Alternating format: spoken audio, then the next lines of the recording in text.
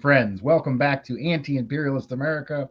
I'm your host, Dust James, the Marxist-Leninist truck driver, coming to you live from a humble home in rural North Carolina.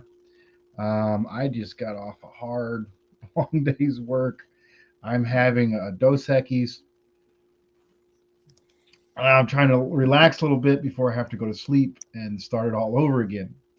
I'm very glad to be joined by one of my good comrades, brother Alex Suarez. How you doing, man? Revolutionary salutations, my Orderly. comrade. So, folks can look at the title, "Rage Against Imperialism."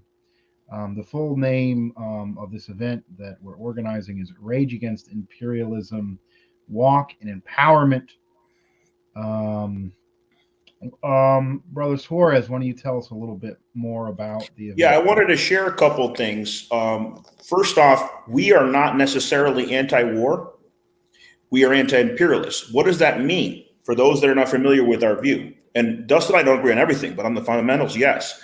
That means as long as Putin's troops are staying in Russian areas and they're not doing excessive things in Ukraine, we do support the special military operation because we see it as an anti-imperialist war. We see Putin over the years having been pushed into the anti-imperialist camp.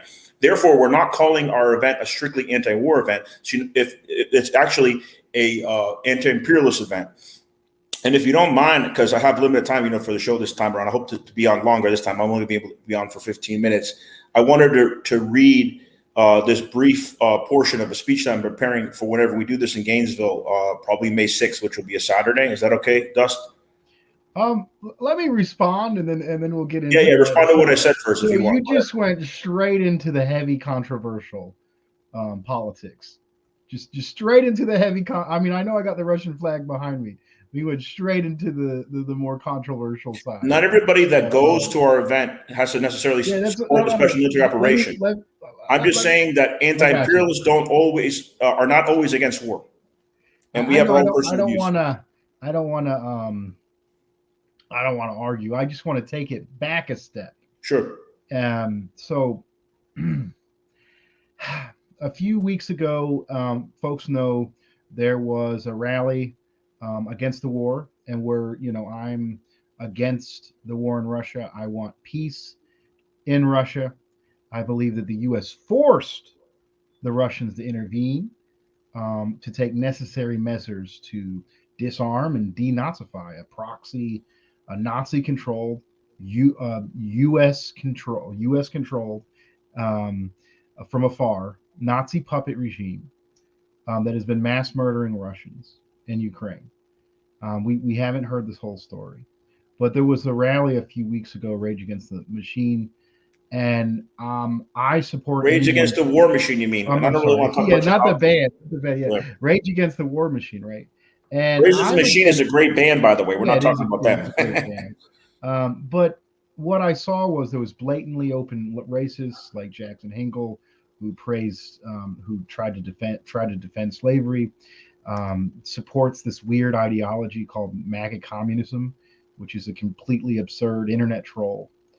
And there was a lot of professional influencers that basically sat around and took pictures of themselves in front of a very small crowd.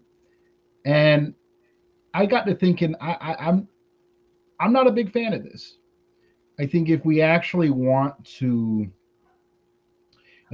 actually build a movement and power to oppose these wars, to actually shut down and threaten the system, I think we have to go to the workers and the oppressed who have nothing to lose but their change and are ready for that change. I don't think a few influencers with Patreons, that's all good, is going to cut it. I think we actually need to reach the workers, mobilize the workers who are angry about their education, their health care, their well-being, being sent by the billions over to arm Nazis in Ukraine to threaten another people. I made an analogy today, based on what you're saying, that those Americans that said when Pearl Harbor was attacked by the Japanese, mind you, Pearl Harbor was in Hawaii when Hawaii was not part of the United States yet. That attack happened when Hawaii was not a U.S. state yet. But they did have a base there, and they had Americans there, just as Putin had a base in Crimea long before he was around, and the Russians had a base there, and of course, number of Russians in the Donbass. And I said, imagine a Pearl Harbor every day for 8 years, and you're going to call this unprovoked? So you want to say the United States had a right to retaliate against Japan, but they were going through bombings every day in the Donbass, and you want to call this unprovoked?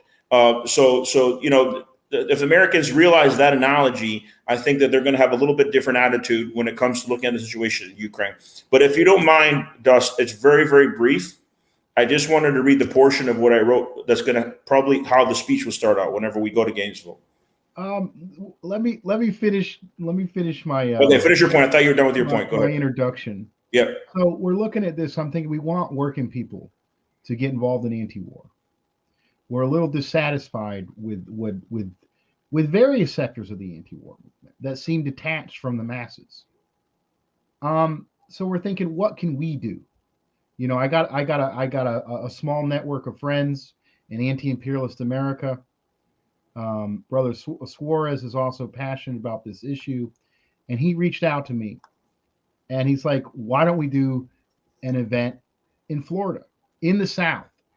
If you look at a map of the United States, some of the poorest region in this country are the Black Belt South, Appalachia, and Aslan, all in the South. Why don't we have the native reservations? The native reservations as well. Why don't we have an anti-war event in the South? Now, we don't have the resources to do a big rally or that, and it's not. I mean, it's good to try to send a message to empty buildings on a Saturday or Sunday, but what are we really trying to do? Is we need to empower, inform, and connect working people. So that is why on May 6th and 7th, we are going to be having an event at a rural campground, a very beautiful place near Gainesville in Florida. We're going to have workshops. We're going to have speeches. We're going to exercise together. And we're going to build working class anti-imperialist fighters that can continue and build and continue a struggle. What do you think, brother? I plan to give a workshop on guerrilla strategy based on my knowledge, in particular on Che's book, Guerrilla Warfare, on Foucaultism. I know that you intend to give a workshop on American history, the history of activism in the United States that's covered up, history of the American radicals and the immigrant struggles in the United States. Many of them were deported unjustly for their activism. I know you're an expert on that. I'm more of an expert on international history. But to give people a better idea, excuse me, I was just sharing our YouTube link. I'm multitasking. But to give people a better idea of what this is about, I want to read something that's literally only like 3 sentences that I wrote. And it's what I intend to start the speech out with that I'm working on. I'm going to be working on it for the next couple of months. And it goes like this. It is time for working class voices in the South to be raised. From Appalachia to Florida, it is time for oppressed nations to be raised. From America Latina to the U.S., it is time to expose imperialism at home and abroad. And fundamentally, Dust, I think that's what it comes down to. We need to show that there's internal imperialism, there's external imperialism, which is usually focused on and talked about, but I've written on internal imperialism as well. And I thought it was very appropriate that you decided for our Facebook event to make a cover picture. I'm not on Facebook, but you did a wonderful cover picture showing the poverty line. And as you mentioned earlier, it's not only in Aslan or the southwest of the United States, which is part of Mexico, or the Black Belt South, but in the Dakotas you see, and then the different parts where there's Native American reservations. And that shows the working class and the oppressed what we have in common, the economic inequalities in many parts of the nation, including in Appalachia. So this is something that I think we should do here in Florida, movement build, take on the racist classist policies of the fascist Governor DeSantis. And this is something that we should organize. Right on, bro. So if everyone wants to go to the description, I included a link to the Facebook event page. Please confirm, show your interest, comment, share relevant links there. The details are there. So we're inviting everyone out to join us. Is it the, I don't want to get a long leaf, flat wood um, reserve Which is right outside of Gainesville. It's the same county. on May 6th. I think I got it set there It's for going to be 2 overnight p.m. camping, up to 24 comrades, possibly more. And we're going to have events on Saturday morning, probably late morning before we leave. I'm sorry, Sunday morning. And then Saturday's the main event in the afternoon with speeches and the walk and the empowerment session and the workshops that we're going to do on the campgrounds. And the campgrounds, luckily, we don't have to fundraise for it. It's a free campground. This is not about money. This is not about our own personal power. It's about empowerment, empowering others, empowering the fellow working class and oppressed nations that we want represented, that voices are not heard. As I pointed out in the speech, we need to raise our voices for this, for true solidarity and unity, comrades.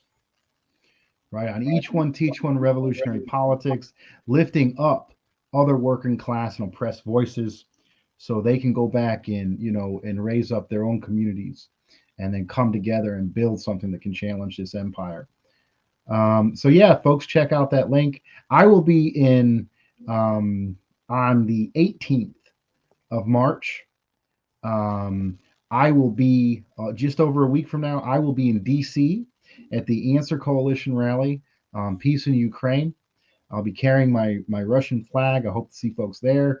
I'll be handing out leaflets for our upcoming event, May 7th. And you can look at that Facebook event. Please go on there. Even if you're not going to be able to make it, invite all your contacts as well from there and share that link out. Question. Do you think that, I mean, the answer to me is obvious, but maybe not everybody listening is familiar with your views. Do you think Russia is imperialist, and why or why not? I'm not used to being interviewed on the show I host. But I'll take the question. I like to turn the tables, Conrad. You know me. I'll take the question. I do not believe Russia is imperialist, because imperialism is an economic system that extracts super profits. And it usually requires war to force this economic system. Well, the United States has 800 military bases around the world to enforce their oppressive economic system. Russia has one or two. Keep talking. I'll be right back. Close by to maintain their own security. If you look at the trade and relations off by Russia to their surrounding countries and countries around the world, especially the oppressed nations, other countries benefit from trade with Russia. And Russia's trade, offering better trade than the West has to offer, is helping lift oppressed nations out of poverty and also reject the bad deals from the United States. Okay, Russia is essentially helping other countries escape U.S. imperialism. I would say Russia is an anti-imperialist, not an imperialist. I agree with you. Because you don't necessarily have to be a socialist to be an anti-imperialist. Look at Iran. Look at Putin. Putin was pushed into the anti-imperialist camp. And you even have Orthodox Trotskyists that we appeared with on Chris Richards' show that agree on this, that they're not imperialists. Unfortunately, I'm pretty sure that not everybody at PSL thinks this, but unfortunately, a lot of the leadership at PSL or Answer Coalition insists that Russia's imperialist. And I think that's a wrong position. But I support you going there the 18th and finding comrades that have commonalities with us that hopefully can get our flyers and take an interest in our event that's going to be in Central Florida, Gainesville. And I just want to make clear that even if you believe Russia is an imperialist, or you believe, or you have, doubts about me and Brother Suarez's position, but you're interested in ending, if you're interested in peace, if you're interested in ending war, if you're interested in empowering the working class to be the force to make the change, we still want you to come out to the Florida event on May 6th. And I got to leave in about 1 minute, Dust. But lastly, I want to say that unfortunately we see a lot of the so-called anti-war movement. I'm not going to get into the hypocrisy. I'm just going to get into the class dynamic because I don't have time to get into hypocrisy right now. Unfortunately, a lot of it is led by petty bourgeois or even bourgeois elements. And we're here to say, you know what? It's time for the working class that have been anti-imperialists all along here in the South, in Appalachia, in the Black Belt South, and other parts of the nation, that we've been anti-imperialists, and now is our turn to have our voices heard. And that's what we intend to do in May. And we're also going to honor International Workers' Day, which is May 1st. The first weekend of May is when we're doing this. And that's going to be towards the end of, the springtime, entering the summertime. We hope it's a time for change. We hope it's a time for progress, for revolutionary movement building, which is more important than the corrupt electoralism that we've been seeing that's resulting in the demoralization of the true left. Therefore, we need to movement build. We need to work face to face, and we can continue to network towards that revolutionary change. So thank you for having me, Dust. Thanks for coming on, brother. I'll come on for a longer time next time for sure. Right on. Keep it up, brother. Yes, that was Brother Suarez. He's helping me. Well, he's part of the organization team that's putting together this event in Florida. Please look at that event page. Also, I think one thing that was missing, we specifically say that trans folks are welcome. I was disgusted at Rage Against the War Machine's constant need to score points with reactionaries by throwing our trans brothers and sisters under the bus. I don't see that as a way. I think those who face oppression, whether it be class or national oppression, should, instead of using that to dismiss the oppression of others, we should use that to find sympathy with others, unite with others, and fight against the common enemy, which is the source of all forms of oppression: imperialism, monopoly capitalism. It's. I got to get up at 3 a.m., go back to work. But I would like to encourage everyone, comment on this video, share this video. Please follow the link to our event page, share that out. We got just under 2 months to organize for it. We're hoping to see everyone there. And good night, everyone. And as always, power to the people.